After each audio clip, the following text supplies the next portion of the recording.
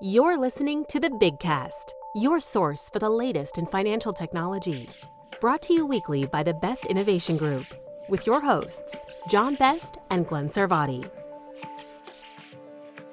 Hello, everyone, and welcome to yet another very special edition of the Big Cast. My name is John Best. I am the CEO of Best Innovation Group, and we like to do cool things for credit unions. And I have just a pile of my friends with me today, and it's our annual, I believe, Christmas prediction episode and top stories. Top stories. I think top stories. We're That's going to right. come back with predictions if I got tons of predictions about these top stories. So let's just go through. I believe the first person we just heard is Glenn Sarvati. Hey, Glenn. How you doing? He's the principal investor at 420 Cannabis Stores. And get your cannabis wherever you need it. Right, Glenn? Yeah, that's me. He's given up. He's just I've totally given up at this point. and Ann Legg of Thrive. Hi, Ann. Hey there. How's it all going? It's all going so well now that Glenn's given up. I've broken his spirit. And John Jenkley is the author, publisher, CEO of Nimbus, and just Renaissance Man is with us. Hey man, hey everybody, and you forgot to add stall mucker. I'm a mucker. You're a horseman. You're Yeah. you're one of the well, not the four horsemen, I hope, but anyways. So I believe what we're going to do here is talk about like the most intriguing stories of 2023, which there were just a ton, and I'm going to kick it off. Can I ask first? I'm just curious. I kind of bounced this idea off everybody beforehand. Is it just me? It feels to me like this was, from a fintech and banking standpoint, the busiest and biggest news year since the Great Recession. At least my list looks that way. Does anybody else agree with me, or am I kind of going a little bit overboard? You know what, Glenn? To me, I keep looking that every time I kept checking my list as well, I was like, that was this year? That wasn't last year? Yeah. I felt the same way. Exactly. Yeah, I think things blended together definitely for this year. But I also think that the reason I think it seems so there seems to be so many stories is because AI crept into everything. Boom. And I think that's what causes, us to have a whole lot of stories around there, because they're all sort of making their way through this. So that's kind of my thought process. Is that your first big headline? It is. I think you can go back. The first big headline of the year is the release of, I'm going to go with ChatGPT reaches 100 million faster than any product ever has. Wow. And I think that you almost have to, you have to tip your hat to that. Because one, it's such a computational hog that I was surprised that they move so quick in so many product categories. If you look at what they've done over the span of the year, they went from a free service to a service now, like within months, with a subscription. That subscription, reached 100 million faster than anything else, and we're including like television and radio and all kinds of stuff. Because people would have had to buy the devices. And then the proliferation of AI into other products and services, the AI race that it kicked off. I mean, who would have said that an upstart like OpenAI would have bumped off someone like Google, who was really, up until, I want to say, third quarter 2022, considered the leader in this space. And if you remember, there was a big kerfuffle about one of their engineers who believed that the AI had become sentient and was his girlfriend. Maybe not. I don't know about the girlfriend thing. I'm just making that up. But and they had to let him go, and he tried to get a lawyer for the entity, which now they just announced they're releasing as Gemini. Right. Wow. I'm assuming there'll be other horoscope signs to come. Now, what does this group think about it? Where are we in the hype cycle with this? It's going fast. It's moving like through that hype cycle so quick, It's okay, but John, let me circle back on something you said, because it's something that I think we see. Not only is it like one product hype cycle, but it is the ripple hype cycle, because you're right. It's not just this one product. It is all the other products that are now infusing it, and then their products are infusing it, and then new products being made. And that, network effect, if you will, that overall hype cycle just feels like we're constantly living in kind of a boomerang or an impact zone of that. Yeah, I mean, I don't know if you watched a town hall I did about I think it was this month, and I opened it up with a video of myself introducing the town hall. And honestly, for 2 minutes of video I uploaded to give it training, you wouldn't have known. It's pretty mind-blowing how well it worked. And you couldn't do that a month before, which kind of leads me to this. Generally the hype cycle is always about, you reach the top of this peak of inflated expectations, and then you run through this, trial of disillusionment. And I think we're kind of headed down that trial a little bit, because of people are starting to realize that the 32K is a limitation, and that data labeling and what it's going to take to do their own stuff is a bit of work. But I also think that we're moving through the whole cycle, all the way through it, John, really quickly. Like, it's like everything else with this particular technology. It's moving through all these things so fast, To me, even the trough of disillusionment looks a little different than other ones, because usually it's like, oh, it really wasn't that big a deal in the first place or something. And now I don't think anybody's questioning what a big deal it is. It's like, as you say, either, well, it's a little slow on the operating side unless you have a lot of horsepower, or gee, this could be pretty dangerous, but it's not like, oh, who cares? Which is usually what usually the disillusionment winds up kind of people getting over it. I haven't seen any getting over it. Glenn, maybe it's not just one curve that we're looking at, one curve and then another and another, and like waves of curves based on this technology. Like, I think AI is going to be used for doing branding. That's a really good point, because it spawned already into like 4 or 5, as Ann said, different products. Maybe they each have their own cycle. Yeah. Well, and think of it as different verticals. We're already seeing it in healthcare. We're seeing it in, like you said, absolutely advertising and creative. I mean, heck, that was the writer's strike, part of it, and the actor's strike. I mean, it's and to John, going back to your point, that is 12 months. Yeah, and not only verticals, but you've got it on the top line and on the expense side, and people pursuing on both sides there too. I mean, there's just almost. Can I add my other top story that I think really blends into this? Hit it. I think T Swift getting Person of the Year. You guys are all taking me. I've been kind of holding off because I don't want to give the person any credit. There was an article that was posted on CNN complaining about how Sam Altman should have been the Person of the Year rather than Taylor Swift. I kind of was. That's where I was going. Did you see that article? I didn't see the article. I'm just giving my own credit to it. I just was kind of thinking as something Ann said sparked me. I was like, she's right. I mean, my goodness, why? And then he gets fired and comes back. It's all the hallmarks of a perfect Person of the Year for Time, I just kind of half villain, half not villain, I would have a hard time arguing against that. I just found it was kind of done as an opinion piece, and I found it frankly offensive, more because it didn't really spend the majority of its time building up Sam Altman. It spent most of its time tearing down Taylor Swift. It makes no sense to me. My question to everybody is then who should have been on the list? Give me the name. Who is it? If it wasn't Taylor Swift. Altman. Altman. Okay. Altman and possibly I hate to say it, but if you're looking for someone that sort of reverberated through the year and had a hand in OpenAI, is Elon. Yeah. And they've always been pretty clear that it wasn't supposed to be somebody that we were, celebrating as the best person. The most impactful person is kind of or ChatGPT could have been Person of the Year. The same way, or at least Entity of the Year. Yeah, the way the personal computer was back in whatever that was, 84, 85. Yes. Yeah. When they I think it was, exactly. But that's mine. So let's go on. Let's move on to Ann. Okay. Yeah, so Ann. I'm going to take something that, yes, we're all going to be unfolding AI into this, but I knew you would, John. So I backed away and did a slight pivot. I knew you did. I knew you would do that. That's why I'm going to you next. I knew Glenn would step all over me, steal all my stuff, just like he always does. When he gets his cannabis going, it's hard not to. So yeah, go ahead.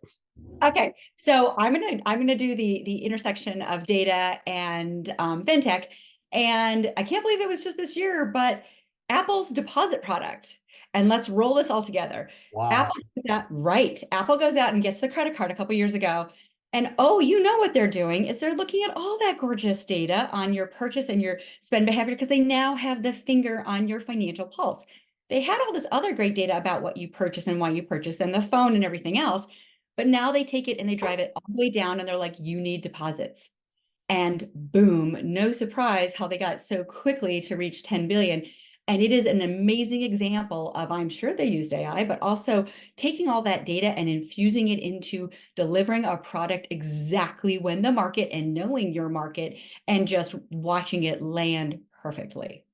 It really was. I'm You're blown right. away. I'm blown away because it wasn't on my list purely because I totally forgot that was this year. It feels like it's been around for so long.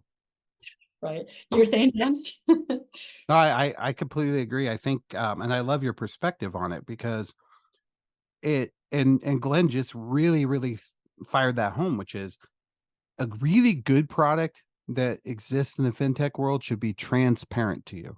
Mm-hmm. And, if it lands just right, it'll be transparent. It's just another tool in your toolbox. It's no different than, anything else that you have where that you use it on a daily basis. And I think Glenn just kind of actually made your point for you. Exactly. The fact that we all just kind of forgot about it. And when I was looking through and saw that, it just hit me. I'm like, this is the perfect example of what we've all been talking about, of how do we use data? How do we use finances, and how do we help, all of converging all of that together with technology, and boom, they did it. And we forgot about it because it was so easy. Yeah.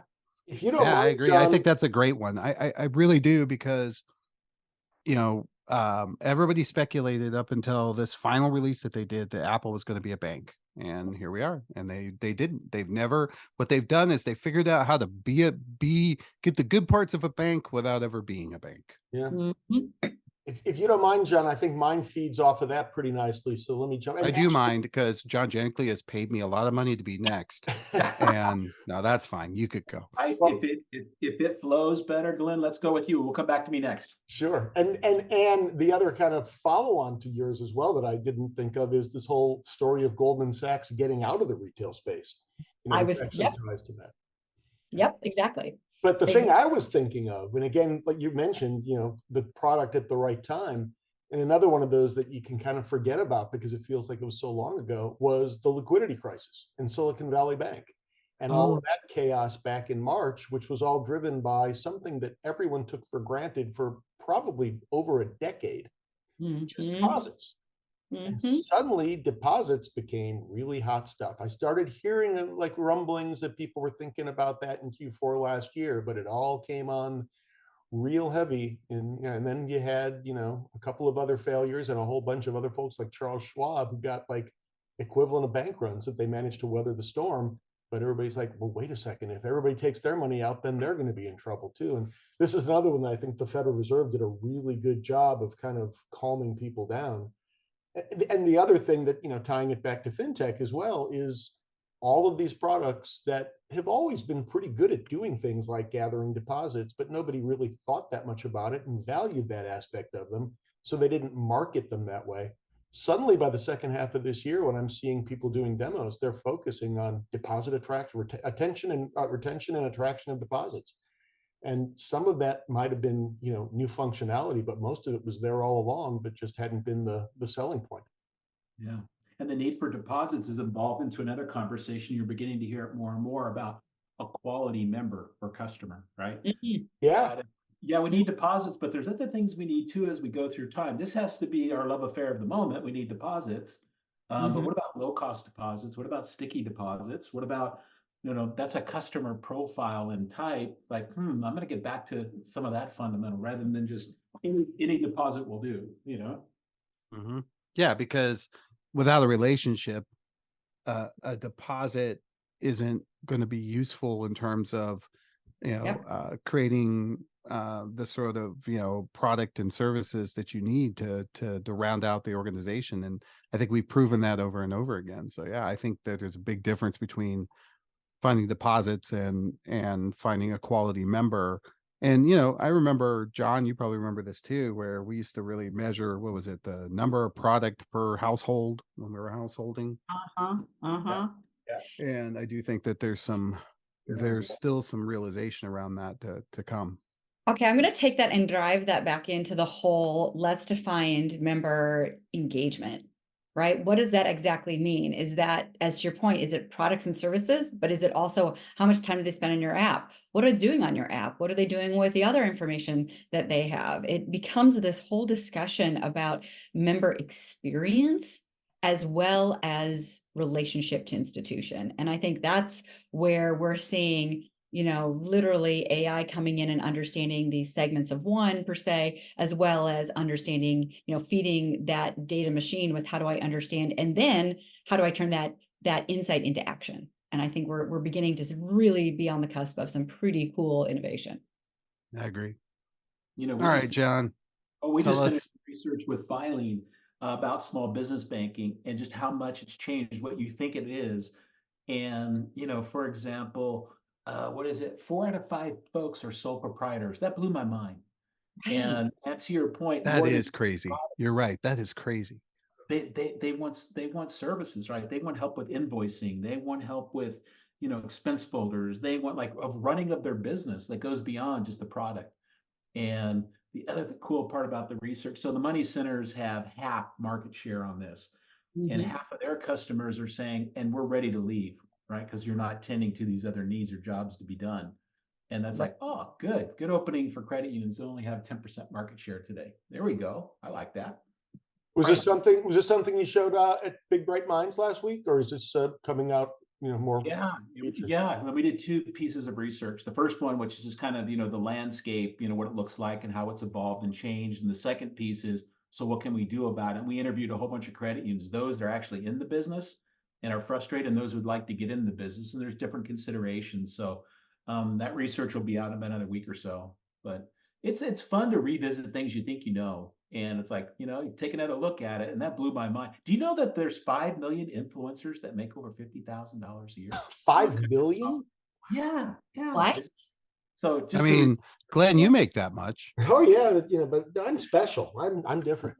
Yeah, would remind us, go look at the data, it'll give you gold. Exactly. And then it also tells you about, are we going to be able to see new products and services coming from these demands and coming from these insights, right? Like you said, credit unions can step into this and do some amazing things that they just simply need to retool. Now that is a just and a simply put together, which means it's not. But I love it. Yeah. Yeah. All right. Well, John, was that what you were going to bring up, or did you have a different story? Oh, that was just some bonus stuff. No, And the some one some icings, just some flavoring. I like it. Yeah, give us the real deal. on last year's show, we talked about the employee and how things are changing for the employee, right? On the backside of COVID. And we thought we were kind of settling into this work from home kind of thing. And that would be good. And I was just reading some research that said 42% of employees are saying, I could be on the move this year. I'm actually open to changing organizations. I feel more portable in a virtual world. And you know what? They're thinking that 42%. That blew my mind. That many folks would be thinking about making a move. Yeah, Well, especially when you look into, I mean, from what I'm hearing on the ground is it's a struggle to find employees. exactly. Exactly. And it's employees of all ranges. And, one story that I think kind of circles all of these comments was, there's a credit union that's hiring, and it's even a frontline employee. They make them an offer, and on a Friday, the potential employee comes back on Saturday and says, hey, I'm already getting other offers. Can you give me more? The credit union kind of doesn't want to, but is just needs that employee, says yes. And then by Monday, they say, sorry, I got a better offer. Thanks, but no thanks. And the credit union is just sitting there going, I don't even know what to do. We've been talking about this top talent issue for as long as I've had this podcast. Yeah, exactly. And it's a long time. And I think some of those chickens are coming home to roost, which, by the way, and I bet a horseman would know this. I watched a video the other day, and this lady walks out and she's feeding her chickens, and they all freeze Like they literally, one of them in mid step, they don't move a muscle. I didn't know chickens did that. All of them, like 6 or 7 of them, just wherever they were, done, not moving. And it turned out there was a hawk in the roof, but I Okay, digress. there's a predator around. Okay. Yeah, I didn't know they freeze like that though. That freaked me Okay, out. wait, is that kind of like the credit union sometimes with technology? Yeah, the same exact thing. It's it really reminded me of a group of board members. No, I'm just kidding. So am I. So am I. We have some wonderful adopters. Yes, But we just do. saying. All right, so Glenn, you went already, so I'll go. I think it's your turn. Yeah. Yeah, it is. So here's my second one. This year, we've had 3 high-profile shakedowns in the crypto community. We had Do Kwon, which was Terra Luna, which was sort of the beginning of this. He was a South Korean entrepreneur, and he started that crypto exchange. We also had our friend Sam Bankman-Fried, who is now experiencing jail in a new way. And he was an interesting one because FTX was a really highly regarded platform for a long time. This guy was giving money to all kinds of stuff. He was very, very altruistic. I guess, it's easy to do when you're sort of printing it between your 2 companies. I guess maybe he thought maybe all of his altruism would help him out, but it didn't. And then the surprise one, and this one did surprise me because I got to meet this guy out in Saudi Arabia when I was at their tech conference earlier last year, which is Changping Zhao, otherwise known as CZ, and he is the Chinese Canadian boss of Binance. And this just happened just recently.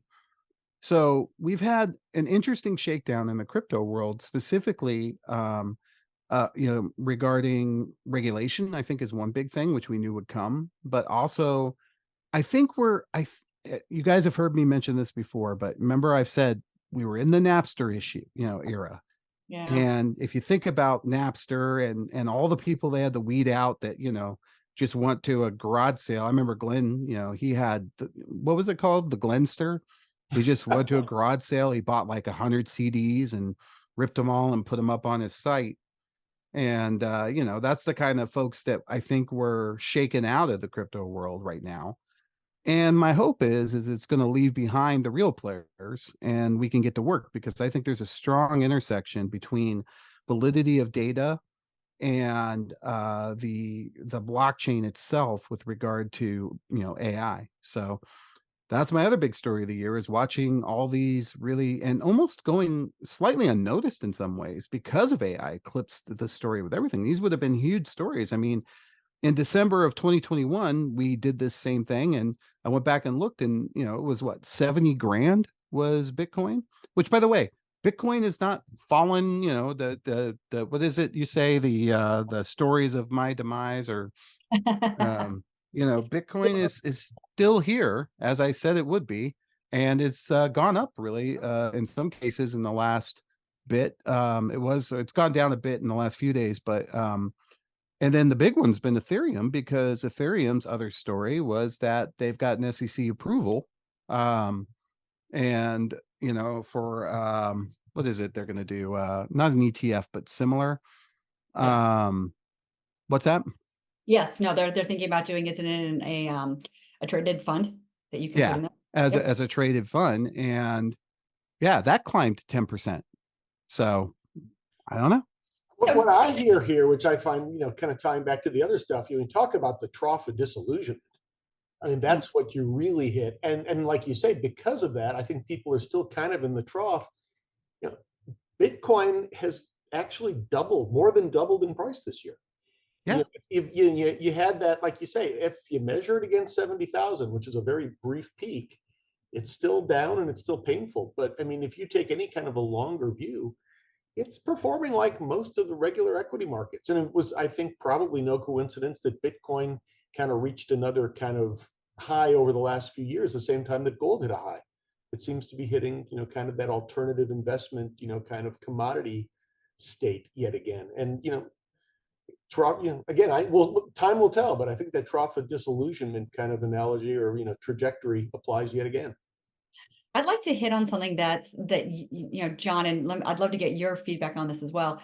when you think about, you know, crypto, you mentioned the blockchain, right? And the blockchain is something that the technology has such variety of applications, right? You've got the smart contracts, you've got, obviously just transactions. I mean, basically, you've got DeFi. And what do you think is going to happen as you think about that and you think about where we're going to go in the next couple of years, especially with AI? Well, Ex- it's funny because Glenn and I were having a conversation about this morning regarding Argentina and the dollarization of Argentina. Right. And as I was speaking to Glenn via text, it occurred to me that Venezuela, Mm-hmm. I believe, was the one that either did or will adopted Bitcoin as their currency. And I just thought, the DAO with respect to self sort of governed financial markets is a very interesting concept. Mm-hmm. And I think it wasn't possible because of the contract issues that were related. If you remember, there was a big hack on the DAO Yeah. not too long ago. And what it wasn't really a hack. Somebody read through the contract, which is basically software. They found a bug in the software. They took all the money overnight. It was basically, one for you, six for me until it was gone. And then they sent a note and said, thank you. This was great. Best contract I ever entered into. I think to the extent that that can be rectified, that there is a future there. Particularly, I think for maybe even sort of and this is a wild outside thought, and everybody's going to make fun of me, but imagine sort of a stock market that was sort of self regulating in a way. Mm-hmm. And not only that, but it was self-regulating via sort of voting and mechanisms like that. Think Wall Street Bets, but again, Wall Street Bets sort of being the Napster version and a better version that is more safety, more financial health centered. I think there could be something there if that's where you were going. Yes. And I kind of had that thought this morning with regard to Argentina. Right. Before we get too many notes, I did a quick look because I didn't think it was Venezuela. It was El Salvador that actually went. El Salvador, They were the great ones. band. They were the ones that adopted Bitcoin. Is there an exchange that settles on the blockchain? Is Portugal the first one? I think Portugal might be. Now that I think about it, I think you're right, because they put a bunch of stuff. It's sort of Mexico to head that way, but they didn't get there yet. Interesting. Exactly. And where it all may lie, I guess, is kind of, I guess, is where I'm very curious, because it has such a potential of impact. Yeah, I think it does. I think there's a convergence of technology about to happen. I think AI combined with I don't know if anybody saw the 60 Minutes interview on quantum this past weekend, but we should post a link to that too. I think much like AI surprised us in 2023, I think quantum might surprise us in 2025. It's going to be a similar discussion with quantum computing.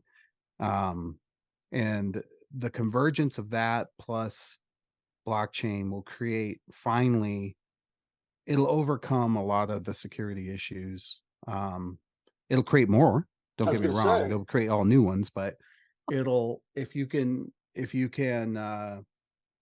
factor the world's largest numbers with a quantum computer, then you certainly can create the world's most unbreakable encryption with it as well.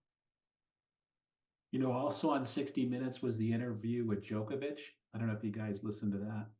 And I thought his take on being a champion was really interesting. And you could say, being a leader could kind of be that way if you want to play at the highest levels. And what he talked about is he rehearses failure in his head and how to put it to bed and then move on to the next shot. Right? What a good way to think about it, right? Just saying it will happen. It is inevitable when you try to, reach the highest levels, and just practicing the mindset and the practice of that's okay. Pick yourself up, learn, go again. I thought, wow. Did you ever see Joe Montana speak? He talks about that, like, hey, yeah. I walk through what I'm going to do with an interception. Yeah. Right. The other thing that he talked about, and I promise is related to business, is they say, how big is the shot area that you go for? He goes the size of a dime. Wow. Right? Talk about, even to say laser focus. like what I think I'm about to do. And if I get anything outside of it, I'm going to be happy with those results, but I'm shooting for that. I was like, wow, Wow. what a great business analogy. Well, okay, but let's tie that all back in. That talks a little bit about what is really mission critical about, let's say, a credit union and their growth strategies and deposits and AI, right? You can't take it all. You just can't. It's too much. But if you take it in small, like you just said, laser focus and say, what's really important? Well, hey, if I can figure out how to get efficiency or productivity increased in my credit union, that will help with resolution, member engagement, and other pieces, but also maybe it helps me create new products and services that I haven't thought about yet. And that's something that that itself is large, but even going, very focused, keeping how do credit union leaders stay focused on what's important, I think is my point. Especially since there's so much being thrown at them. Well, I like the idea of the granularity of growth, right? That you can pick something like that, really understand it, strategize, go for it. And that builds momentum to the next. I really like that idea. And then rather than trying to move the whole credit union to go use what AI, the whole credit union. No, really, let's start chunking it down. That's what I mean by the granularity. It's like, and that's the challenge, man. You get to choose, and there's so much to choose from, but you get to choose. Yeah. Well, and Right. there's even another opportunity, which is collaborative granularity of growth. Hey, you guys go do this, we'll do that, and you do this, Yeah. and we'll all come back together and share results, which is what the Innovation Club is for. So, Exactly, which goes to the whole collaboration. And I think that's the part that we're going to see more of next year. We just by default, if we're those who want to succeed and those who want to lead are going to have to look and figure out how to collaborate and partner better and faster. And I think in some cases in that very granular way to succeed. I think there's some agreed. wonderful examples out there too to say, and actually it's working. You can see it. I think we should be more optimistic about, things like the Circle Fund or, CUNA's venture group. And it's like they've been out there long enough where there's been some wins out of the portfolio. And it's like, okay, these new strategies are out there and some of them are proving out. It's like good for us. Well, exactly. And there'll be new challenges. When we get to the predictive episode, I'm going to tell you what I think AI is going to do next year, and not all of it's good. So let's keep going. We got about 5 minutes left here, and keeping with this nice short format. And did you have something else you want to throw in there, or do we move on to John? No, I think I rolled that all up. One of the I think things. you did a great job of rolling that all up. Thank you. And that was exactly where I was going with it, was kind of landing on that whole collaboration and partnership. So no, the only other thing, if we want to talk about it, would be just the amazingness that's happened in payments this year. There's been a lot of activity. I'm not going to say FedNow was like super exciting, but as a sleeper, it got us all talking about it and getting many people to move forward on it. So That's amazing, because I was actually going to say that the FedNow was the next one I was going to mention, and I was going to use the term sleeper because it didn't change the world. It didn't change the world this year, but it unfroze the market, and it really it lays the groundwork for Like those chickens. this whole notion of embedded finance. yes, And I think yes, and I exactly. think it's a long game. I think there's no question. I mean, I'm not even sure that even by the end of 2024, we're going to be like, I don't think we're going to be talking about it the way we're talking about ChatGPT today, but I think Yeah. we're going to be much further down the path. And it's, I think the trajectory is clear. Let me Yes. teach you something. When you said it unfroze the market, what did it unfreeze in your mind? What it unfroze, I mean, there's a lot of talk of this, the first new set of rails we've launched in, X number of years, which, yeah, kind of, but the clearinghouse did put out RTP, real-time payments. And that's been out for 7 years, and they've got decent traction. But the belief is that on the part of many people, including the clearinghouse, much to their chagrin, was when the Fed said, oh yeah, we're going to get into this too, people kind of decided to wait and see. And now we've actually got them both out there. And I think what we're finding is a lot like the ACH, that they both have networks and it's going to be peaceful coexistence. It's not exactly the same because they're not perfectly interoperable and compatible, but the middleware layer is winding up kind of taking care of that aspect of it for the world. I've always thought that all of these things are going to create this market eventually where there's a sort of a platform that's sort of before all this stuff that says, okay, here are your 3 or 4 services. You have Zelle, you have Venmo, you have this, you have that, you have FedNow, you have these capabilities within these financial institutions. What are you trying to do? Well, I'm trying to get money to somebody. Okay, how quickly do you need to get there? Well, I need to get there, I'm okay with it taking a week. Okay, then we'll use this. Or I need to get there now, but they're out of the country. Okay, then you're going to have to use this. I think that there's another shoe to fall. I think we're developing all the ingredients, but no one's baked the cake yet. You can write that down if you I want. like it. I like it. Just had a flashback to being at the FedEx store with all those questions. Yeah, isn't it almost the same thing, right? I mean, Yeah. and that's what the UPS store or the FedEx store does for you, right? Is Yeah. oh well, and there's some guy who's got access to a computer that goes, well, if we did it this way, but I can't, get through customs, and you could think almost the same thing with regulatory issues. I think I'm still fascinated by the whole PayPal. Is it a friend or a business thing? Right. That's a whole nother discussion. But So then let's there's go on to John. John, I think you're going to close us out, man. Yeah. Oh gosh, I think we should all go around and maybe just say what we're optimistic about. Oh, this next lightning year. rounds?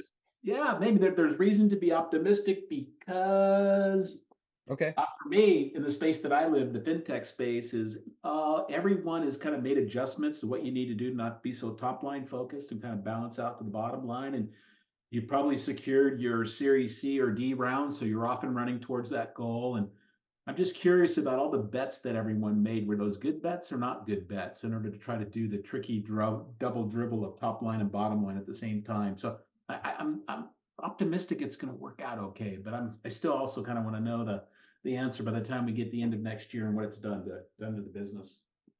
All right, I'm going to quickly dovetail on that one. And that is, I am exceptionally excited. So I think that might be one click above optimistic on collaboration partnerships. There's so much that's out there that I see credit unions now seeing the value, and whether or not it's a fractional relationship or just that slice, but also working together with other credit unions and possibly in a QSO model and possibly not, that I'm seeing the fintechs, I'm seeing the corral of fintechs and QSOs and credit unions all coming together to actually do things. And that I'm excited about. I'm going to dovetail on that as well. I think that, to me, and kind of more with what you were saying, John, it is increasingly likely that we have managed to navigate a soft landing.